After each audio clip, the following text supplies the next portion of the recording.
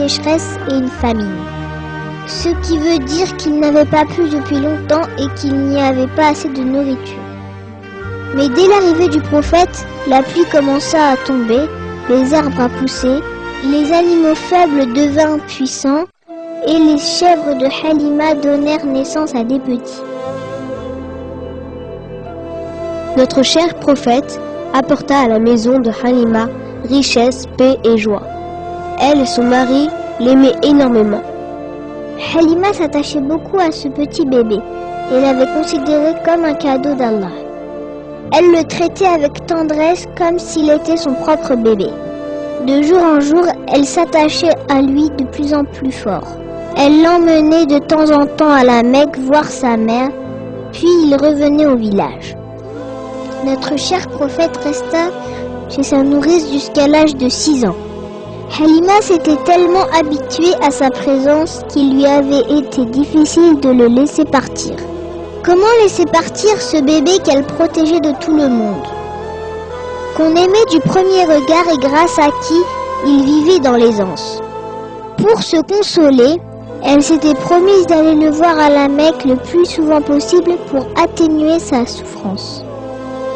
Quand elle le prenait à la Mecque, elle se montrait inquiète et elle se disait « J'espère qu'il restera à mes côtés afin que je puisse le protéger du mal à la Mecque. » L'inquiétude de Halima n'était pas sans raison. En ce temps-là, la Mecque était un endroit dangereux. Mais Halima dut rendre l'enfant malgré tout. Habituée au calme et à la sérénité de leur village, elle n'était pas rassurée à l'idée de laisser le petit Mohammed, malgré la présence de sa mère.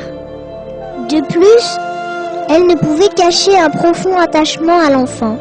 Et c'est avec le cœur brisé de chagrin qu'elle avait dû ramener l'enfant béni âgé de 6 ans chez sa mère à la Mecque.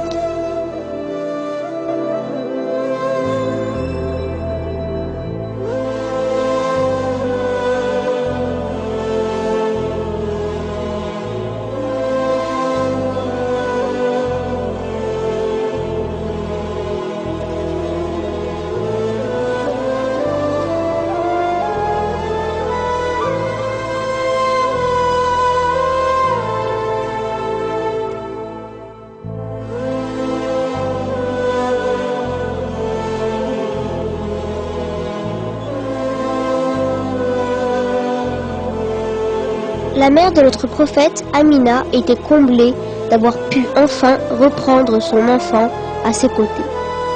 Il lui avait tellement manqué pendant tout ce temps-là. Elle l'avait emmené à Médine visiter la tombe de son père et elle l'avait présenté à ses oncles. Notre cher prophète ressentait beaucoup de peine et de chagrin en repensant à son père qu'il n'avait jamais connu. Mais dans le chemin du retour à la Mecque, sa mère Amina tomba malade. Puis rendit le dernier soupir dans une place appelée Abwa. À l'âge de 6 ans, notre prophète se trouva orphelin de père et de mère. Notre prophète rentra à la Mecque, affligé par la mort de sa mère. Il était seul au monde. Il n'avait jamais connu son père, car celui-ci était mort avant sa naissance, et sa mère, qu'il venait tout juste de retrouver, venait de mourir. Il rentra à la Mecque, accablé de chagrin et seulement accompagné de leur servante Ayman. Mais le prophète, malgré ses épreuves très dures pour un enfant de 6 ans, gardait au fond de lui un courage et une foi inébranlables.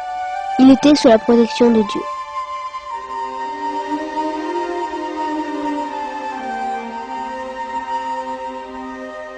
Abdul Muttalib, le grand-père paternel de notre prophète, s'occupait de lui. Il le chérissait beaucoup et compatissait à sa douleur. Il était comme un ami pour lui et l'aimait tellement qu'il ne pouvait manger sans lui. Il ressentait envers lui beaucoup de peine parce qu'il était orphelin. À chaque fois qu'il y avait une sécheresse à la Mecque, son grand-père lui demandait de prier avec lui pour qu'il pleuve, et en effet, il pleuvait souvent après sa prière.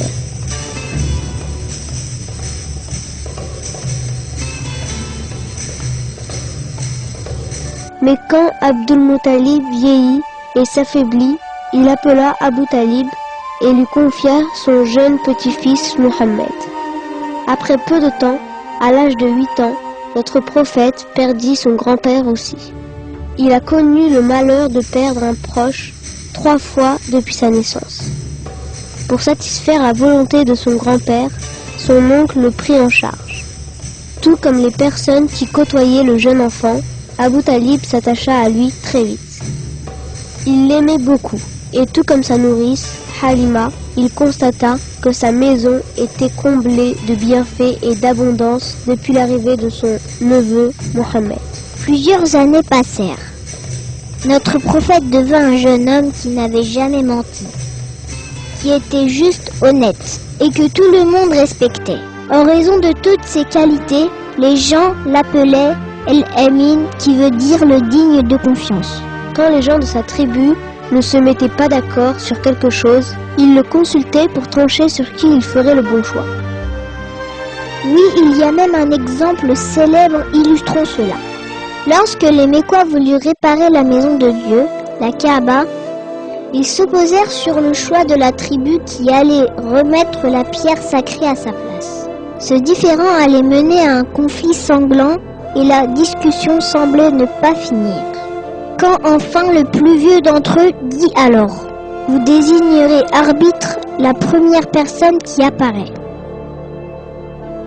Les regards se tournèrent vers l'horizon et quand notre prophète apparut, tout le monde était content. Ils dirent « C'est l'arbitre ». Le prophète leur demanda de ramener une couverture et il y mit la pierre, puis demanda à chaque tribu de tenir un coin de la couverture. Ainsi, tout le monde participa à l'opération et le problème se résolut sans effusion de sang.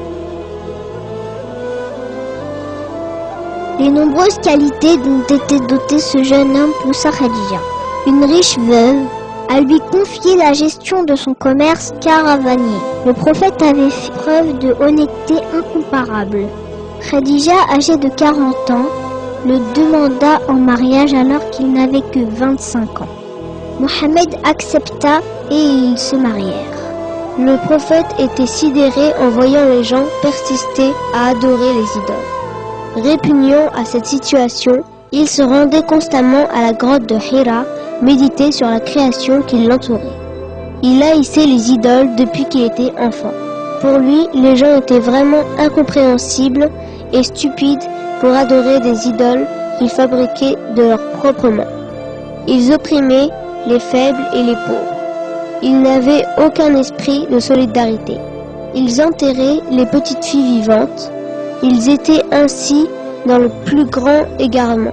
C'est ici, dans cette grotte du mont Hira, que le prophète reçut la première révélation par l'intermédiaire d'un ange appelé Gabriel.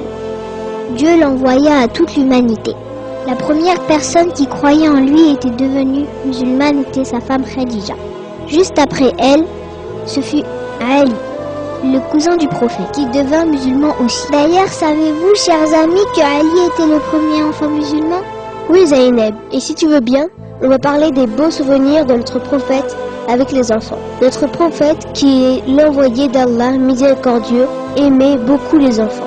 Il disait souvent, les enfants sont votre cadeau d'Allah, et celui qui n'éprouve pas la compassion pour les enfants n'est pas des nôtres. Et il incitait les gens à traiter les enfants avec tendresse. Quand notre prophète prêchait la parole de Dieu aux gens, ils y trouvaient le vrai bonheur. Et ils avaient l'esprit en paix, baignés dans une sorte de sérénité visible. Même les enfants l'avaient senti. Avant l'islam, les Arabes avaient une horrible coutume. Ils enterraient leurs filles vivantes. Dieu a interdit cette cruelle pratique et a ordonné par la bouche de son prophète que la fille soit aussi bien traitée que le garçon, donnant aux femmes une importance qu'ils n'avaient jamais eue auparavant. Lors de l'immigration du prophète de la Mecque vers Médine, les adultes l'attendaient, mais les enfants aussi, et l'impatience paraissait sur leur visage. Après plusieurs heures d'attente, quand sa silhouette commença à se dessiner à l'horizon, tous les musulmans, hommes, femmes et enfants, exultèrent. Au sommet de la colline Wada, ils regardaient venir cet homme qu'ils aimaient tant, sans même l'avoir encore vu. Un homme dont on parlait avec tant d'admiration et de respect. Ils avaient tous ardemment souhaité la bienvenue au prophète.